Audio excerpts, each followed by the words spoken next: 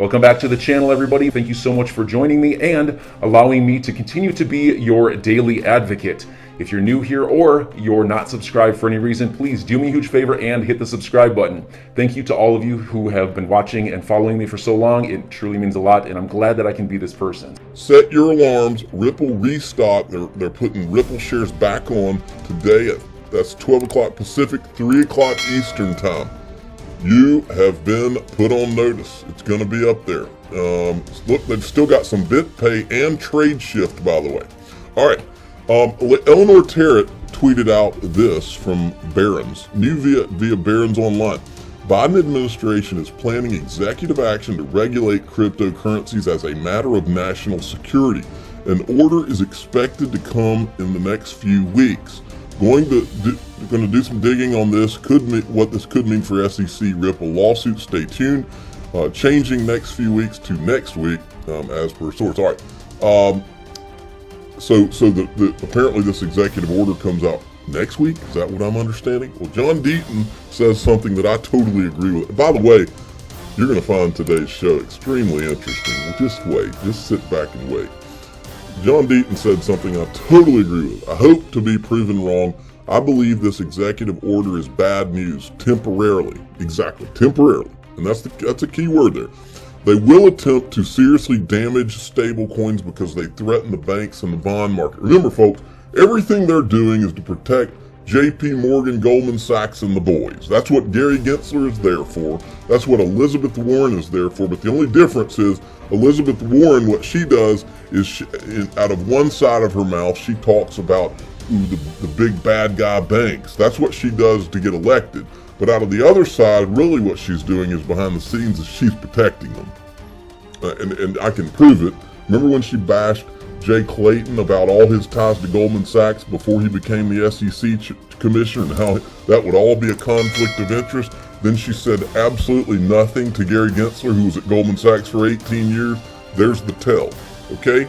So, and then he says, Elizabeth Warren and Gary Gensler have way too much influence. I believe they will call most alts securities. I think John Deaton's right on this. Now, there are a couple of things that you need to do. Wait, he says, has anyone noticed how Jim Cramer, after meeting with Gary Gensler, started warning everyone to be careful with Dogcoin? Most all other cryptos are securities. Cramer never warned anyone about unregistered securities until the day after interviewing Gensler. That's what they're going to do. That's what they want to do, folks. Think about this. If they call all of them securities, okay, all of a sudden, JP Morgan and Goldman Sachs and the boys on Wall Street this has been the plan all along. They can raise their hands because they've been working on getting custody in place all these years. During the crypto winter we had over the last 2 or 3 years, that's what they were doing, is getting their custody in line. State Street, all these big, huge Wall Street, that's what they've been doing. They've been setting it up so that they have the same kind of custody for digital assets that they do for stocks when you buy them with your brokerage firm. Same thing.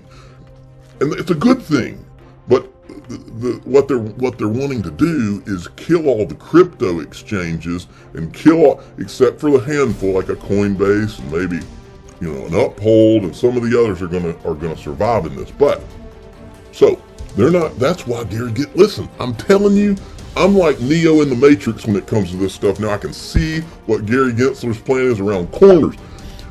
What they're wanting to do is that's the other reason. The other reason is the reason they haven't done the spot Bitcoin ETF. They're waiting on all these Wall Street guys to be ready, and a part of that plan is to call all this stuff securities. And like John Deaton says here, this will be temporary. And here's why it'll be temporary. Because when they do this, and make no mistake, Biden, all these people are Biden's people. Elizabeth Warren, Gary Gensler. When they do this executive order, and Janet Yellen's one of them too, don't forget that. When they do this, it will put a temporary chill on the markets because everybody will be like, oh, that's anti-crypto, and the market could go down. I'm not saying it will, but it could temporarily crash when they think they'll. But what's going to happen is eventually all of the big boys are going to open up their shop and they're going to be open for business.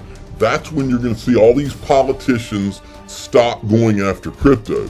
when Goldman, JP Morgan, Morgan Stanley, and all the big boys are all of a sudden open for business, these politicians are going to be the most pro-crypto people you've ever seen in your life. That's what they're waiting on. And it's coming, and maybe it's ready now. Maybe they're going to flip that switch now. But in conjunction with it, listen, folks, they don't want this new asset class. This is going to be the asset class to swallow all other asset classes. They don't want the Binances of the world or any of these people. I think Coinbase gets through the door. Uphold gets through the door. Uphold's out of Europe, by the way, and already has a securities license. And a handful will be okay, but the others, Gary Gensler has been sent to crush. Why? So that JP Morgan and the boys get all those assets, because they know how valuable this industry is going to be. And didn't BlackRock just predict that the metaverse, all these digital assets, metaverse is going to be could be worth $8 trillion? Was that the number they said? All right, well, my distrust, folks, of the short term and the temporary of what these guys are capable of. I don't trust Gary Gensler. I don't trust Biden, Elizabeth Warren, Janet Yellen, as far as I can throw them. For that reason, I'm doing two things. You need to make sure you have plenty of cash, not only for those reasons, not only for crypto-related reasons, but because of the inflation going on and them talking about raising interest rates. Because I remember the financial crisis like it was yesterday, because I was one of the people that got burned by it. In that scenario, cash is king, folks. And so make sure you have plenty of cash, but also make sure that you're in possession of your private keys. Because in this world, these people are capable of anything. I've got a Ledger Nano S link in the top of the description of this video. You don't have to put all your digital assets on it, but make sure you have at least a decent portion of your digital assets on a Ledger Nano S. And that way you hold your own keys. All right. And then Elizabeth Warren, Senator Warren, is targeting 6 crypto miners, questioning their energy use and environmental footprint, okay? All of crypto needs to unite on this. Vote them out. Elizabeth Warren is at the very top of the list. Now, let's talk about what's going on. This is U.S. news, folks. They just decided they were going to put Ripple on U.S. news. But I want to draw your attention to this, because they have a pros of Ripple and a cons of Ripple. I want to draw your attention to what I call the big lie. It's been the big lie. This entire space to this day has been built on one big lie, and that is this lie right here. While XRP transactions may be faster and cheaper than other cryptos, in other words, while XRP may be the better technology than Bitcoin and Ethereum and all other crypto, XRP isn't as decentralized as Bitcoin and Ethereum and other currencies that operate on proof of work or proof of stake verification system. This is the big lie, folks. This never was true, and Ethereum never was decentralized. I don't even think Bitcoin's ever been decentralized, because the mining can be controlled by a small group of people. This is a big lie that has been intentionally put out there. Well, you know who knew about the big lie a long time ago? This is from a hearing in front of, I guess this is in front of Congress, Committee on Banking Housing. This is back October 11th, 2018. Muriel Rubini knew. Look at this. This is from, who put this out? Nathan Price. Look at this. And legal scholars such as Preston Byrne have not only confirmed that Ether was created makes it a clear security. They have also shown that the creation of Ethereum may have been a criminal insider con job, where a small group of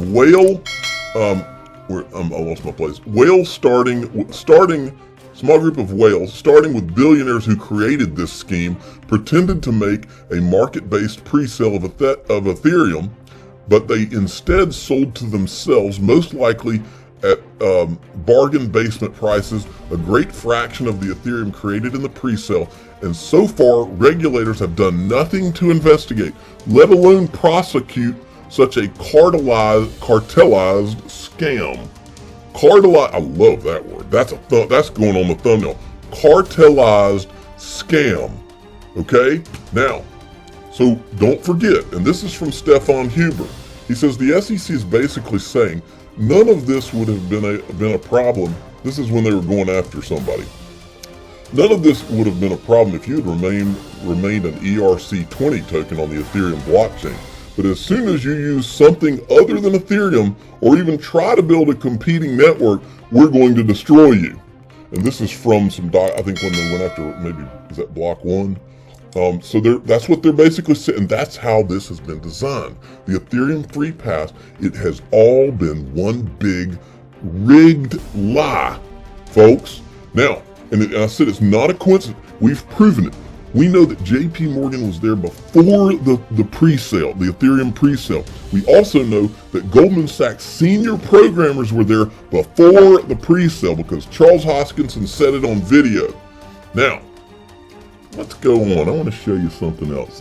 What I'm about to let you hear has never, I don't think anybody has ever played this before.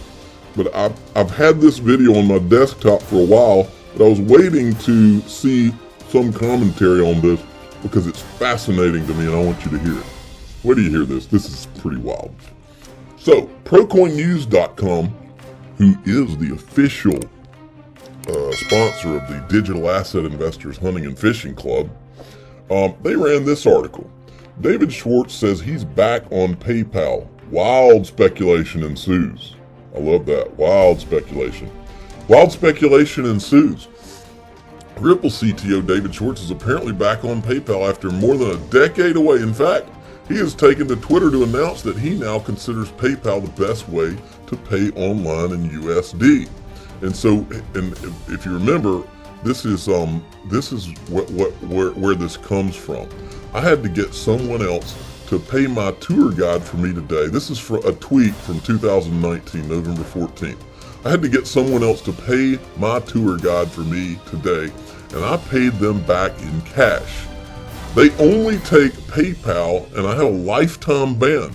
This perfectly symbolizes what has motivated me the past 8 years. Okay? Now remember, those of you that haven't been around for a while, remember, the guys that created the XRP ledger were Jed McCaleb, David Schwartz, Arthur Brito, maybe a couple more, right? Then Jed McCaleb leaves to form Stellar.